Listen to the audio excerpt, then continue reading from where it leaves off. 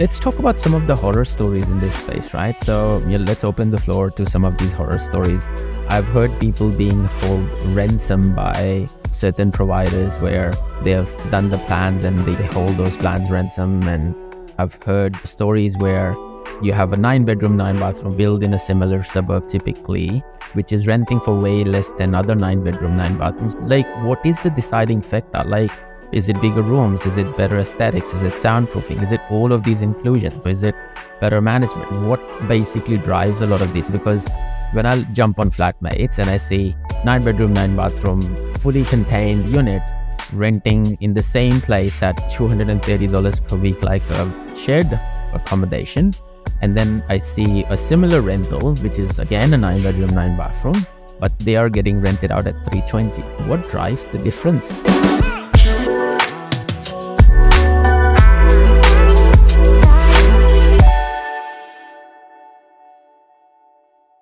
You're listening to Help Me Buy Property podcast, powered by Investor Partner Group. We help improve lifestyles by building scalable and sustainable generational wealth and passive income streams.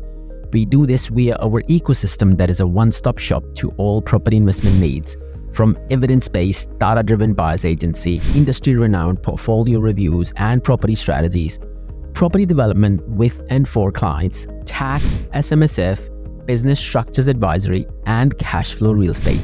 Everything we do is to help people achieve financial independence and not just basic financial freedom by using property as a tool and as a medium.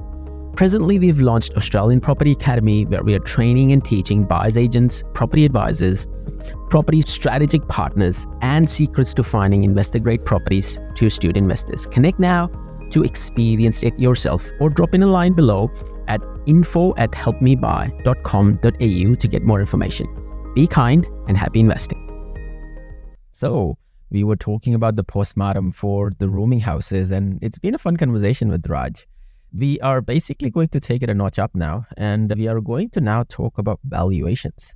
I'll tell you what my sort of thinking is, and again, I'm playing a devil's advocate here. I've heard about the valuation. They come in, you need at least like 30% or 40% cash, and the valuation sits at 60-65% on majority of these instances. People building in Brisbane, I've heard people asking for $400,000 in cash and $500,000 in cash. So like, where does this sit? Like, how does this work? Are there valuers out there? Are there financiers out there who would provide finances against them? Open up the book for us. Sure. Why not? So I'll open up the book by turning the pages of what's happening around the market. And it's funny enough when we see people advertising and talking about what you adhere to, as well as talking with pride that we can do 30% and 40% LVRs. And it's such an amazing thing we are doing. We are super proud of saying this, that we can achieve, for most of the cases, 80%. And we have done quite successfully for a couple of clients who didn't have that much of a deposit to even go till 90%. They have accepted that they'll be paying a little bit more risk fee, which we call LMI in the different world, but achieving 80% in itself is a huge success, considering we can open up the market for more people for co-living, which was kind of the constraint for most of the years. I always say that it's not a new concept to everyone. It's been existing in Australia and UK since years now. Yes. The only register factor, so to speak, was this 40%, 30% requirement. Yes. And obviously not everyone, not depending upon how much they earn, but really where they are at in their property journey, have access to such a big amount. So we have kind of solved it. And typically, how does the valuation works on this? Because like, there are no 9-bedroom, 9-bathroom houses in localities, right? Where you're building them, streets of Melbourne, streets of Adelaide, streets of Perth. And so how does typically the valuation works? Like, how does a valuer value these? Yeah, right. So it's interesting, and it's a bit complicated as well to understand. So to start with, if we talk about traditional, we are talking about two ways wherein your broker might have told you about how the valuations happen. So either there'll be a desktop valuation, or they'll hire a valuer who will come to your property and then go back looking at the condition of your property, and then we'll compare it with what other properties in the neighborhood or the neighboring street got sold for, right? So that's what we have heard of, and that's been the norm. Like on an average, everyone understands valuations in that way only. The way the valuation works in co-living is an element of commercial valuation, but on a residential loan. Now, when we talk about commercial valuation, we are talking about pure mathematics, right? How much did the property got acquired for? How much the earning potential is based on the rental appraisals, which are eminent and quite experienced property managers, providers. And when I talk about rental appraisals, we're talking about per room, and then it actually goes into how many bedrooms you are building. And then when you do the math, you talk about the gross or the net yields and whatnot. So it all comes together, and then the commercial valuer who specializes in commercial valuation does the valuation for your property. No guarantees, but till date, for every single client and for every single product, there is no valuation shortfall in our ecosystem, which is such a big peace of mind for everyone. So it's not like you have to actually then scoop out additional cash because the valuation didn't come to the team. Yeah. I'll talk about the other good parts about commercial valuation later, but to answer to your question, that's exactly how the valuation happens here. So my subsequent question is that, because commercial valuations, as you're explaining, are based on the rental income and a cap rate attached to it, that typically means that, so the way that you're explaining this is if these are valued on the build contract plus the land price, naturally they would be calculating this backward, right? So when it's the actual rental is quite significantly higher, they're valued significantly higher at the very end. How does that work? All right. I didn't want to jump the gun, but let's jump it now because you have brought it up. So what really happens is that when you are acquiring the property and you're doing the valuation to start the project, so to speak, what happens is that it's in anticipation. There are rental appraisals there, and based on that, we know that banks are conservative. Any lender would be conservative. So then they give the valuation to the T. The magic happens when your property is built and it's tenanted, and then you go back to the bank and then, or your broker, and then you have the rental statements in your hand, the real income, which is coming in from the properties. What we have observed, and again, no one has a crystal ball to say exactly what valuation will come, but we have seen 20%, even 30% uplifts in the valuations when you go back after your property is tenanted. Yeah. One very, very important thing, I think Moss, you just mentioned, and I think I'll just follow through that obviously from a futuristic point of view, we all know that there are 1.5 million immigrants who are expected in the next 3 to 5 years. The single population is increasing in Australia. There is a rental pressure from all aspects. Those who own the property, they know that they're getting calls from their property management agencies talking about rental increases almost every 6 months or a year, right? When the rentals increase, fast forward, let's say 2 years of owning the property, of course, the gross income increases from the property, right? And you can go back to the bank again and leverage that commercial valuation and get more cash out to then build your property portfolio. I have personal experience doing it thrice on the same property, by the way, which has obviously enabled me to build a great property portfolio. And I'm thinking of going back again, by the way, because there was an uplift which happened. So, so it really enables you to surpass what's happening in the market, how the market is trending. It's basically, again, mathematical. It's actually based on how much rent you are generating, how much income is increasing, and we all know that it'll keep on increasing, right? So, I'm not seeing the rent going down. It's interesting when you talk about some of these things, because technically, if you think about this, a lot of this is pure plain mathematics, right? So, but there is a risk attached to this as well, because whatever valuation that you're seeking based on the commercial valuation, typically there is no buyers out there paying that sort of money, right? So you might be building these for $1.1 million, and you might get the valuation of 1.8, 1.9. Who is buying these? What's your exit strategy looking like? Who would you sell this to? Any sales that has happened for a 6-bedroom, 6-bathroom or a 9-bedroom, 9-bathroom product? Of course, I mean, the values are coming higher and people are leveraging, taking the equity out and then building a property portfolio. But everyone thinks about exit strategy and what happens when you have to sell it. There are multiple examples I've come across wherein, and personally, I've been a part of few deals in which these properties got sold for a huge premium. If I talk about a 9-bedroom, 2-bathroom property in Milton, it got sold for 1.5 mil, which was way above the bill price or the total acquisition cost.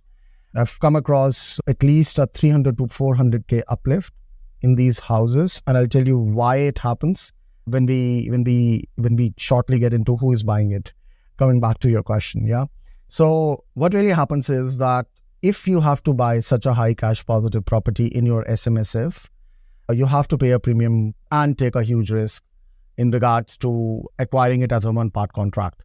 So there's an uplift of 200 to 300K already, which is a norm in the industry when you enter into a one-part contract with any of the players. If this asset, which is generating such a high cash flow, is presented to someone who wants to buy in their own SMSF, it'll be a no-brainer for various reasons. And I think we'll discuss that in a separate podcast about buying these houses in SMSF. But one of the potential clients who will buy this property of you are SMSF clients. The other ones are obviously avid investors like you and me. It's a running mini business. You are actually selling them. You look at the property, you look at the actual rentals which are coming out of the property. So basically, I have seen people charging a premium of at least 200 to 300K above the market rate at that point in time, only because it's in black and white, the P&L statements, which the potential buyer can see and then can leverage on the opportunity. $300,000 does not get you what you want coming out of this, right? Especially if you're building a property in Metro, a property that is costing you $1.3, $1.4 million already. You are saying that they're selling at 1.5. And if I'm leveraged all the way up to 1.7, 1.8, how does that help me? Because that's not an exit strategy, right? Don't get yourself taken on a ride by property spookers, so-called property investment advisors, or buyer's agents who are selling house and land packages or off-the-plan properties or apartments. Get yourself a copy of this book called The Millennial's Guide to Property Investing. This book is not just for millennials. The title suggests, but it's actually the most advanced way of investing in property. You know, this book will relate to your clients, your colleagues, and other business owners. There are so many property spookers out there who have come out of the woodwork over the last 3 to 5 years, and there is so much misinformation out there that I had to write a book about all the F-ups that people can actually avoid in order to be super successful in the property investment journey. Some of these are really easy to identify, but they are so costly to fix once these mistakes are made. So it's a short book, it's easy to read, it has a lot of stories, it has a lot of examples, and it is a true guide for people who wants to do it themselves. My name is Moxin Reza. This is my story, and a lot of you will relate to parts of this story if you're not born in the riches and if you're trying to build a property portfolio that can last generations and help you improve your lifestyle along the way. So I give you a chance to come out there and have a read. Be kind, stay safe, keep smiling, keep investing, and please do check out the book.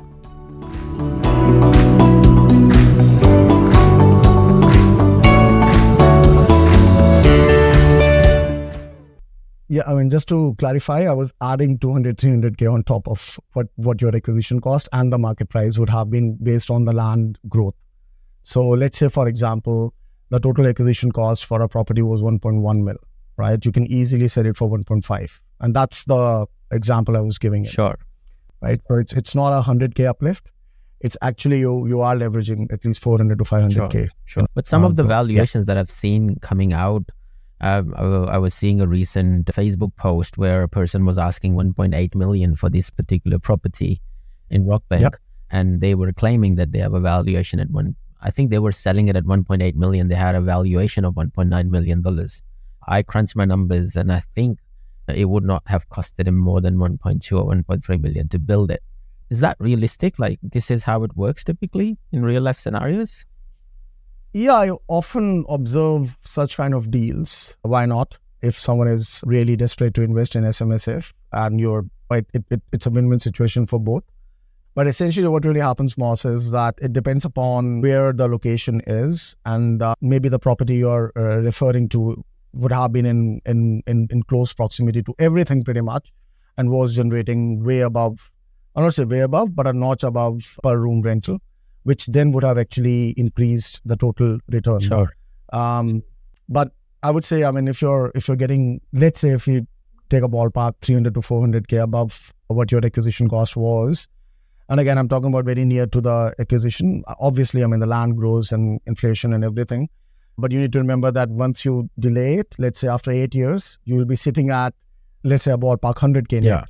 Then the game changes. Yeah.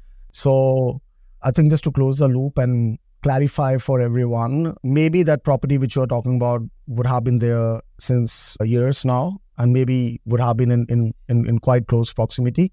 You might find out, if you dig deep, that there must be people who will be selling it after 10 years, and they would have actually just bought it for like 700K. I have examples of my property which I bought, and again, just to give you an idea, it was bought for like 620K and it's generating around $10,000 per month, right? So that's what I always say, everyone, that this looks really good, or this looks jarring that, oh my God, 620K purchase and talking about $10,000 return.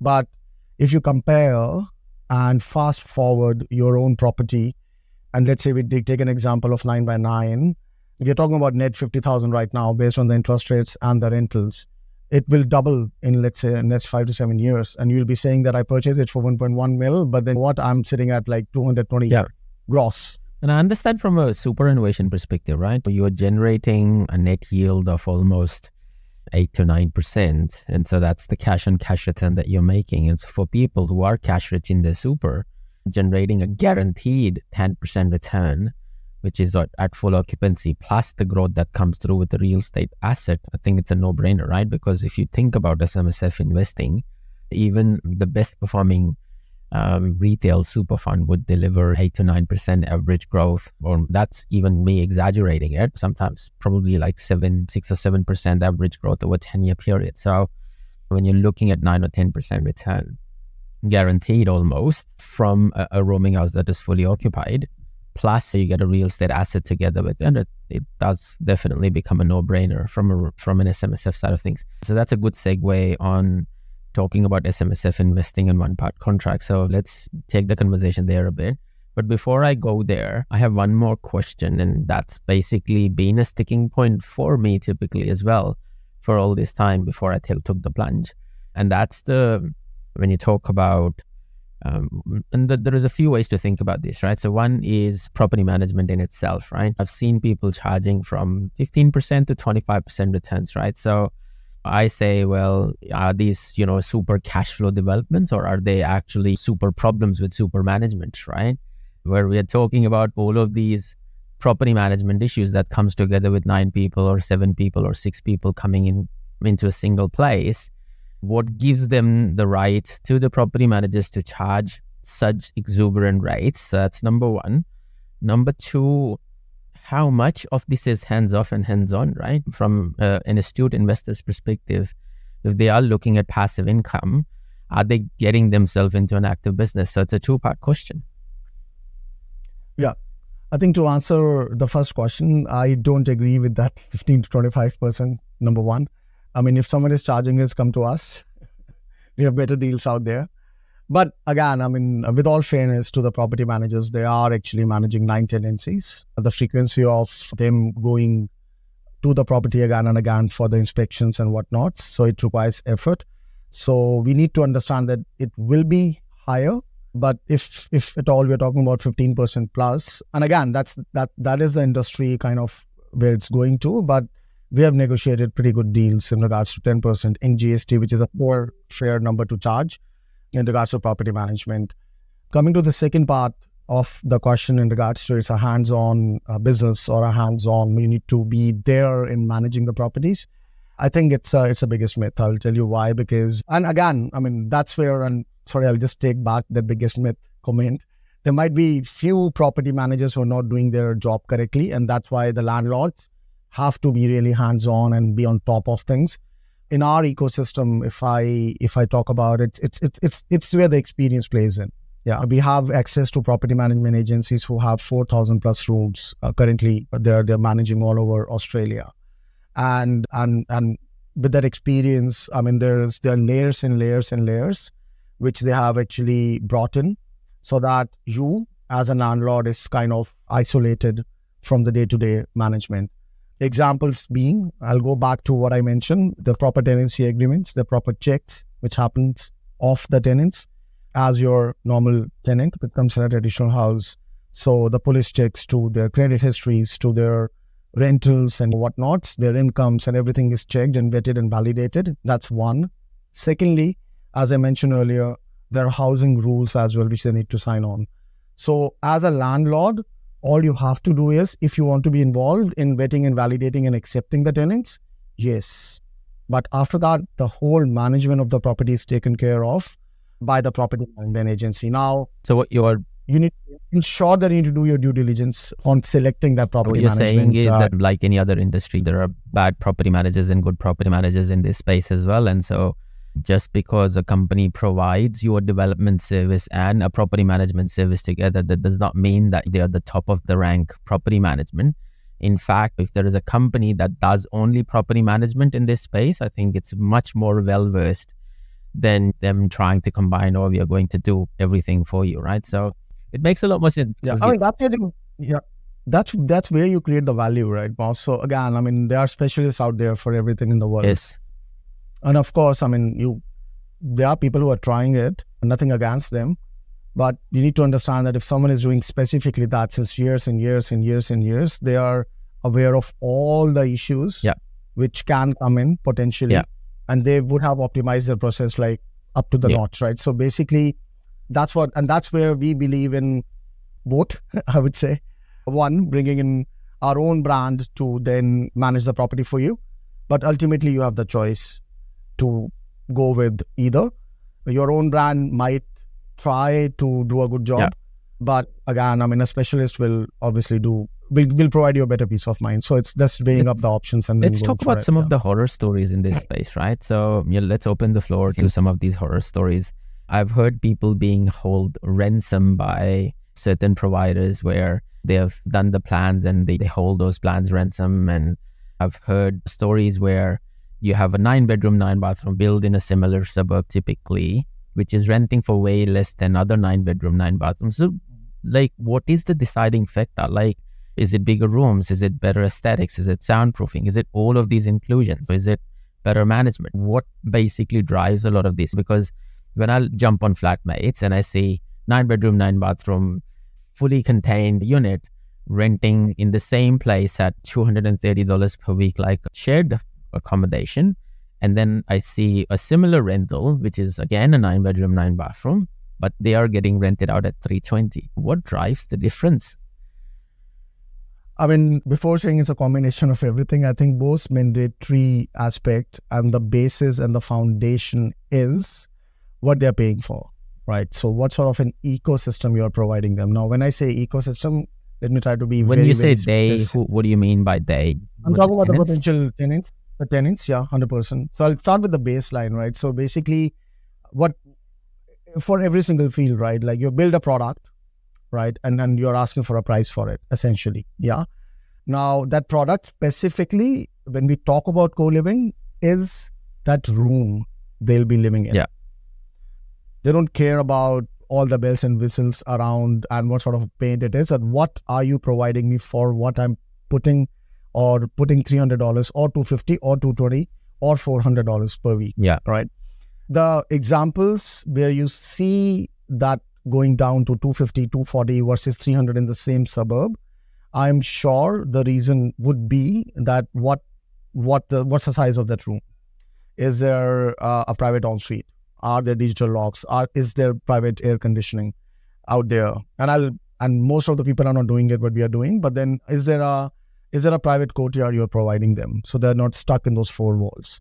And when you compare these two products, that's where the potential tenants are not ready to pay a premium for a lower grade product. So may it be the size, right? Like I've also seen those examples wherein you might find us like exactly same 9-bedroom, 9-bathroom. I'm saying with the ensuite, but then you have a small window in that wall. You're not providing a sliding door leading to a private courtyard. You don't have a kitchenette inside, for example, for them. And the room sizes, if I talk about one of the rooms which has disability accessible is 5.8 by 6.2 to be precise. So one room is around 35 square meters, which is huge, that's massive. Yeah. Right, for anyone. So obviously, I mean, that might go for even $350, as compared to 300, because people always pay the premium for the product. So yes, the product is not that great. And that's why that's the number one. Sure. Number two, of course, like how the marketing is happening, how much they are advertising, where they are advertising, are they spending enough money? Are they actually going out there to the market, to the right audience, to then attract the tenants for your property? So the property management agency definitely and more fortunately comes into picture like any sale in real estate or any tenancy in real estate, even for traditional. So that aspect definitely is also there. So the last thing, which is very, very important as well, is the proximity, right? Like where the 9-bedroom, 9-bathroom is located, how close it is to the public transport.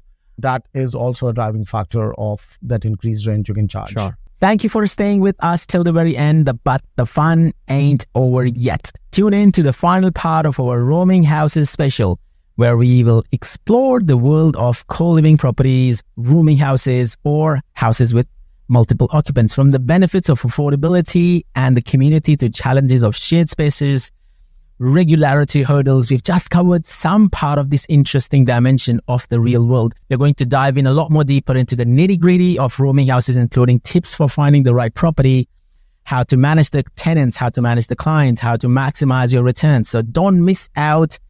Until next time, take care, stay safe, keep smiling, keep investing. This is Mox checking out. Adios.